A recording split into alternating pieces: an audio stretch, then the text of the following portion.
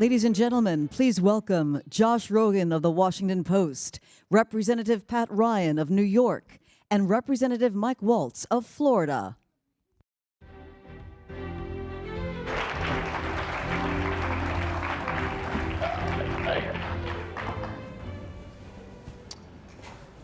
Thank you so much for joining us today. We're very lucky to have a very distinguished panel to talk about some of the issues in our foreign policy and national security. Bipartisan. They're going to agree on some things. They're going to disagree on some things, they promised me. We have 2 decorated military veterans, 6 Bronze Stars between them. Congressman Pat Ryan from the great state of New York, the first West Point graduate to represent West Point. And, of course, Congressman Mike Waltz from the great state of Florida. 4 Bronze Stars, Green Beret. Let's give them a round of applause and thank them for their service.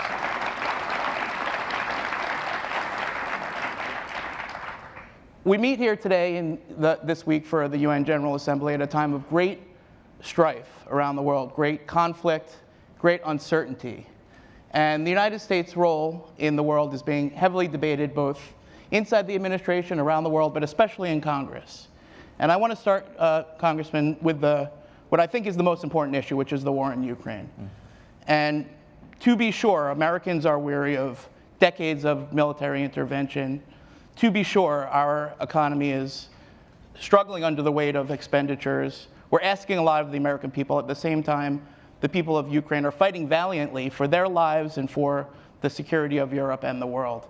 Let me start with you, Congressman Waltz. Sure. Republicans, are they going to support more additional funding, billions of dollars, to keep the flow of not just arms, but also economic aid and humanitarian support to Ukraine at this crucial time of the war? So, Josh, I think you make the absolute right point. And I have been supportive of the Ukrainians. They're willing to do the fighting and dying. They're asking for the beans and bullets. I think it's absolutely in America's interest to stop Putin cold. And I believe he is going to continue to push until he hits steel. And I think we have to recognize that the administration's deterrence policy on the front end failed. And we need to understand that as it applies to Taiwan, and we need to understand that as it applies to the rest of the world. However, I have an op-ed out today that says the era of blank checks for aid, at least coming from Congress, is going to be over. And what I call for in that op-ed is conditionality on the aid. To this point, the president's strategy has been, as long as it takes, here's what we're asking for, sign here. I think it's reasonable for the American taxpayer, and you're going to see this, I think, coming out of Congress, to say, what's the strategy? What's in our interest? How does this end? What does success look like? Is it the 2014 line? Is it complete expulsion of the Donbass? Is it Crimea? Where is this going? So we need to have a strategy, and doggone it, the Europeans, particularly Western Europeans, have got to step up in terms of matching us in aid. If I had $100 for every speech I've written, going back to Rumsfeld, begging, pleading our European allies to fund their defense appropriately at 2%, which was their commitment, and right now we're still sitting at 9 out of 31 European countries, which is unacceptable, given a war on their doorstep. And just last week, the Germans backed away from their commitment formally in the parliament. So enough is enough. Burden sharing is fairness to all of us. If we all agree that this is in our national interest, then let's all step up to the plate. Sure, but in the world that we live in, chances are Europe won't change its view in the next week. And hasn't changed its view. So will you support the money, yes or no? My position, without those conditions, without a strategy to get to success and define that in our interest from the administration, and without a meaningful European commitment to live up to their own defense needs, I don't see how I can get to yes anymore. And what percentage of your caucus do you think shares that view? At least half. Congressman Ryan? And I think, and thanks for the question, Sure. Thanks for everybody being here.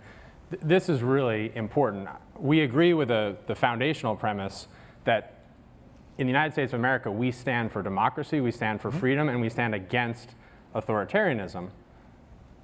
Yet you start layering in all the caveats, the conditionality, and in the heat of the battle, which they are truly life or death right now for our Ukrainian allies and their partners, to pull away at that moment, to me, ultimately betrays those foundational values that we say we agree on. And I think it's important for the American people to understand significant percentage of the Republican caucus, as my colleague said, is no longer supportive of this. We're seeing this play out in the budget negotiations that are happening now, where the very extreme right, in my view, has hijacked the Republican Party and lost this bipartisan consensus we had, that we are for democracy, we are for freedom, and ultimately that comes with some costs.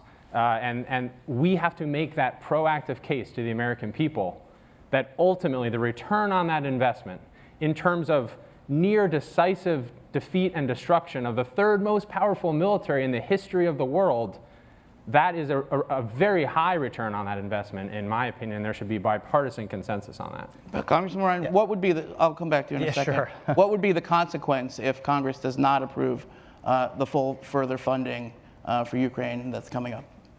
Well, I mean, I would ultimately defer to the military leaders on the ground, but I think they've made a compelling case that absent this critical support of munitions and humanitarian aid and other economic aid, that dramatically undercuts the foundational support of the Ukrainians right at the time that they are showing some real momentum in the counteroffensive, and we know that Putin is searching to drive that wedge. So not only the immediate material need, but the signaling and the message that sends for us to back away at this critical time, it not only resonates in Europe, it resonates in Asia and the Asia Pacific as well.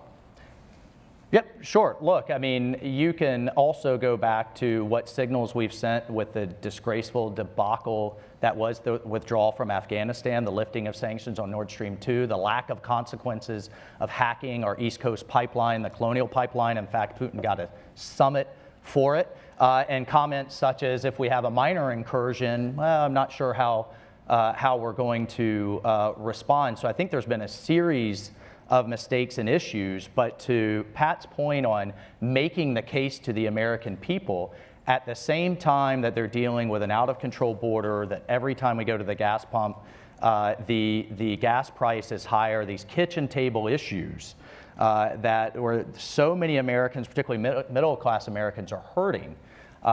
He needs to make that case, and he's not doing it. And politically, I think it is very cynically, politically, to kind of flick that over and say that if you don't support unlimited funding, you don't support democracy. Oh, by the way, I'm not going to bother to give you a strategy for success or what success looks like or how long this is going to go at your expense, America. And oh, by the way, I'm going to give Western Europe a pass when we talk about stepping up to support democracy. I think that is a heck of a lot to continue to ask for people. And if we don't get Europe to step up now, when will we? Well, it seems like this will be a heated debate in the coming weeks. Congressman Ryan, you mentioned that, and tell me if I'm reading this right, that what we do in Ukraine sends a message to China. In other words, you seem to be saying that in order to deter China from invading Taiwan, we should continue to support Ukraine. And conversely, if we don't support Ukraine, that would be a green light to China. Is that right? Is that what you're saying? Well, sure. I mean, there's some nuance there, but I think you zoom out, and both vis-a-vis directly signaling to China on Taiwan, but just more broadly, our commitments to allies, whether we as the United States of America continue to honor them, not just in words, but in actions, deeds, and ultimately funding and resources, matters. I agree with you on your point on Afghanistan. I think that was a huge step backwards in terms of signaling our solidarity or commitment to our allies. Yeah. So that minus the individual circumstances of each of these, that's where I think there is room for agreement. Sure. And where, to your point on making the case to the American people, the linkage between what, to many of us in this room are things we think about every day, foreign policy, are not often discussed at our kitchen tables. Certainly in my district, 100 miles north of where we're sitting today.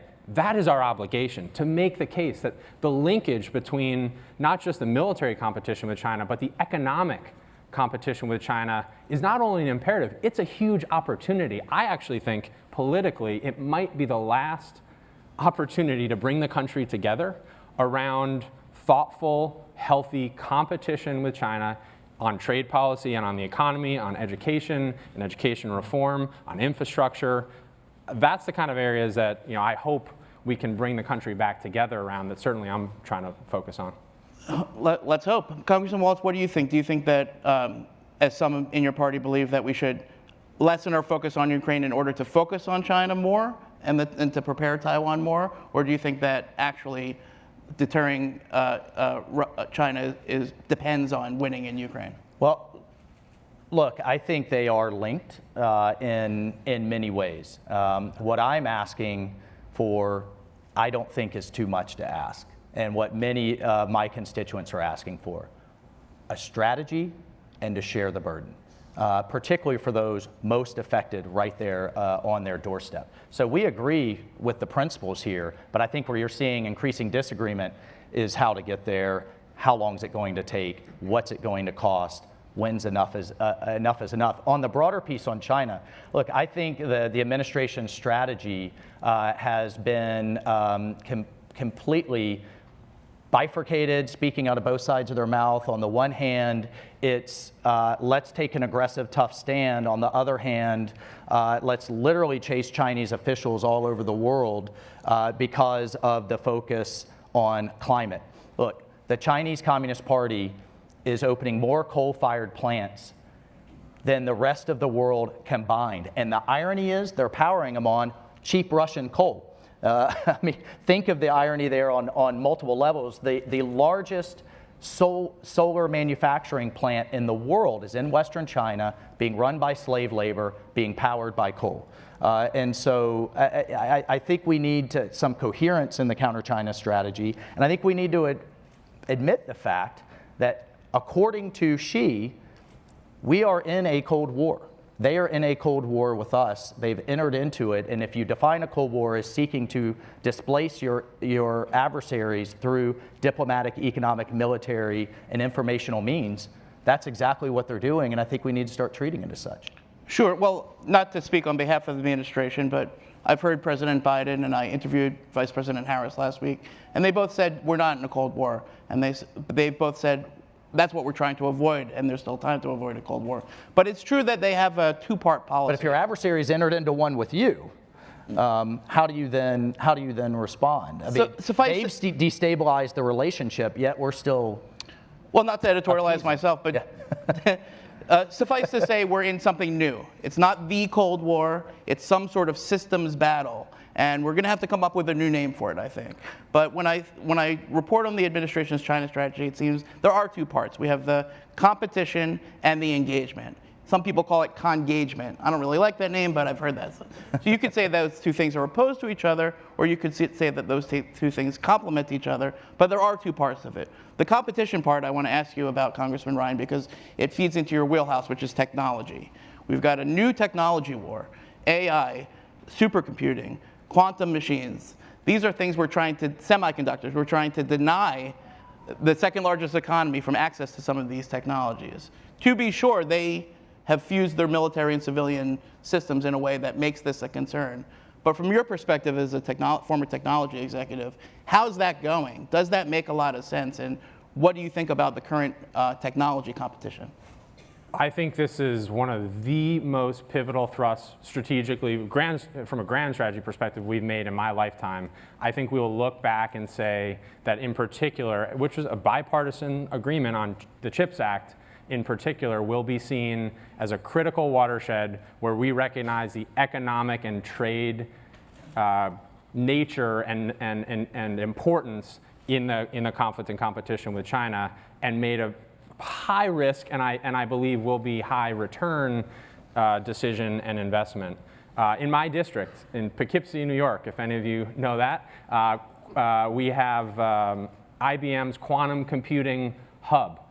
President Biden came a year ago with IBM, announced a $20 billion plus recommitment to that project. Not only is that critical for national security, for the competition in AI and quantum with China, it's critical for American jobs in a part of the country that is a purple politically area that's been economically downtrodden.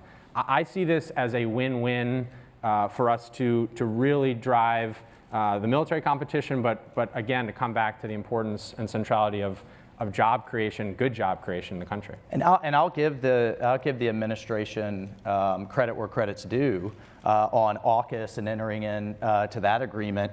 A lot of focus on Pillar 1, which is the nuclear submarines, but I think Pillar 2, which is this technology sharing and lowering our bureaucratic barriers when it comes to quantum, when it comes to AI, and particularly when it comes to data, and getting over ourselves when it comes to how we deal with our classification, is also a huge step forward.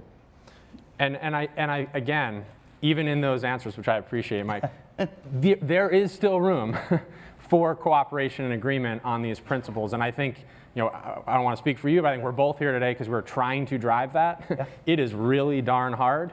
I was going to use another expletive, but I won't do that. To do that right now in Congress. And to be able to disagree in the way we have here, but ultimately zoom back out and say, look, I've got a 4-year-old and a 1.5-year-old, 2 boys.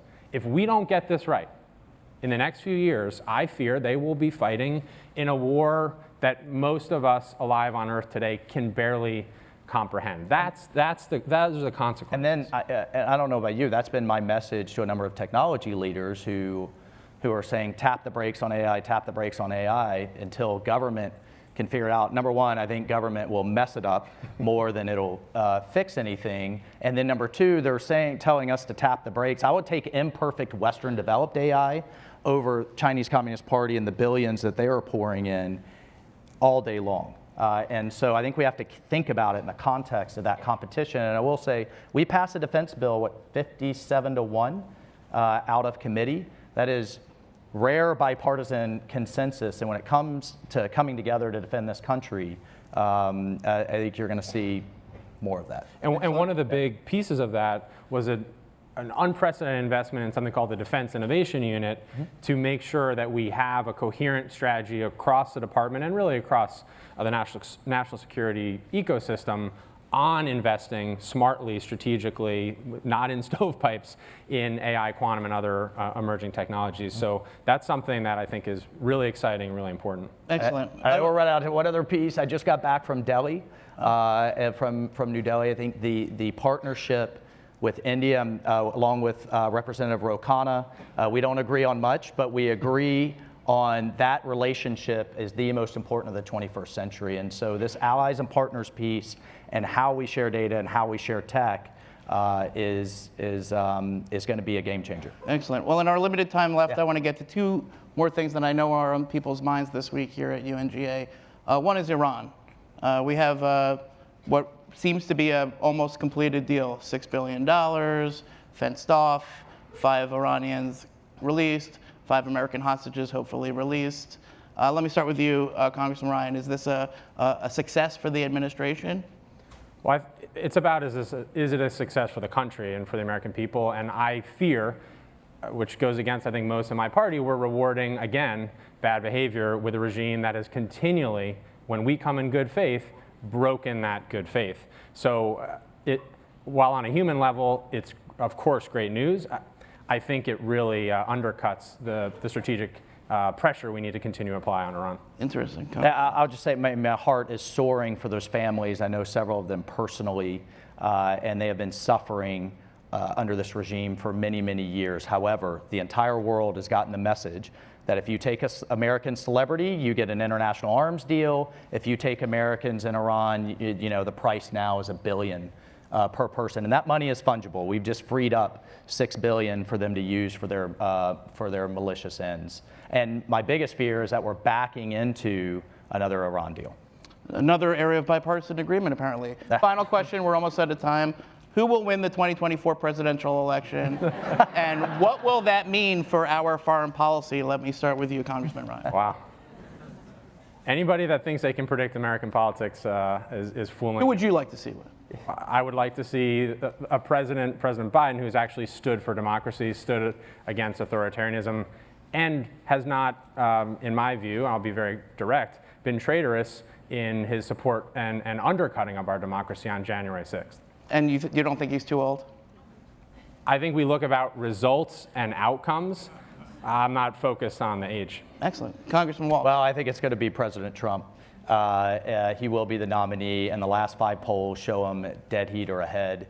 And when we talk about results, I'll take more Abraham Accords, a secure border, the pivot on China, Soleimani, Baghdadi, not the Afghanistan withdrawal that we ended up with, and I'll take those kind of results, veterans reforms, justice reform, tax reform, all day long. You don't think he's too old?